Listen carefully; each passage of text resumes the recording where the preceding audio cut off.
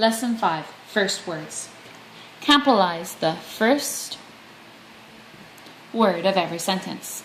My sister plays basketball. She's the captain of the team. Capitalize the first word in most lines of poetry. For example, a word is dead when it is said, some say. I say it just begins to live that day. Sometimes, especially in modern poetry, the lines of a poem do not always begin with a capital letter. Capitalize the first word of a direct quotation. When you use a quotation, you use the words of a speaker or writer. If you give the exact words of a speaker or writer, you are giving a direct quotation.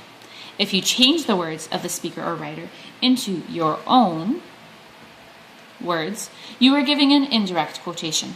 Be sure that you can tell the difference between the two kinds. Here are two examples of a direct quotation. Close the windows, please, Miss Smith said to Jerry. Sarah said, my parents bought a new car. Here are two examples of an indirect quotation. Miss Smith asked Jerry to close the window. Sarah said that her parents bought a new car. Notice that indirect quotation does not begin with a capital letter. Sometimes a direct quotation is interrupted by explanatory words like she said. Here's an example. Well, she said, you may be right.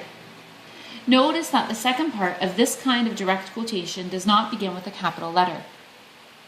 When a direct quotation is divided this way, it's called a divided quotation. If the second part of a direct quotation starts with a new sentence, the second part must begin with a capital letter, like any new sentence. For example, I don't know, he said. You may be right. We met Ellen, said Jane. She was with her father. Now you're ready to do the exercise on page 4 of this assignment.